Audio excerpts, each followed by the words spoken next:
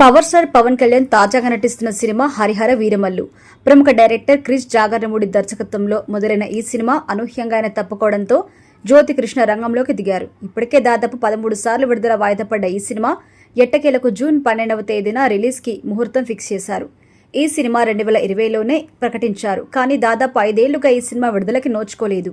దీంతో ఫ్యాన్స్ ఈ సినిమా కోసం ఈగర్గా వెయిట్ చేస్తున్నారు. పవన్ కళ్యాణ్ చారిత్రక యోధుడిగా కనిపిస్తున్న ఈ సినిమాలో నిధి అగర్వాల్ హీరోయిన్ గా నటిస్తున్నారు.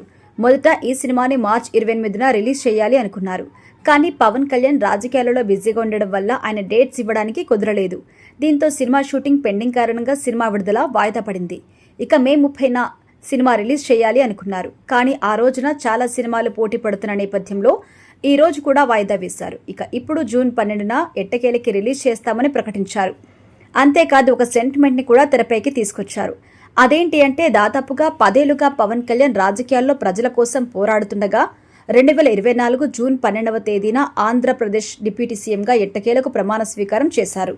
ఇక తనకి అదృష్టాన్ని తీసుకొచ్చిన రోజు కావడంతో అదే రోజున సినిమా రిలీజ్ చేయాలని ఫిక్స్ చేశారు. అయితే ఇప్పుడు ఫ్యాన్స్ హమ్మయ్య అంటూ ఊపిరి పీల్చుకుంటున్నారు. అయితే ఇప్పుడు ఈ విడుదలకి కొత్త చిక్కు ఏర్పడింది. తాజా సమస్యల కారణంగా ఈ సినిమా జూన్ 12న విడుదలవుతుందా అనే సందేహం ఏర్పడుతోంది.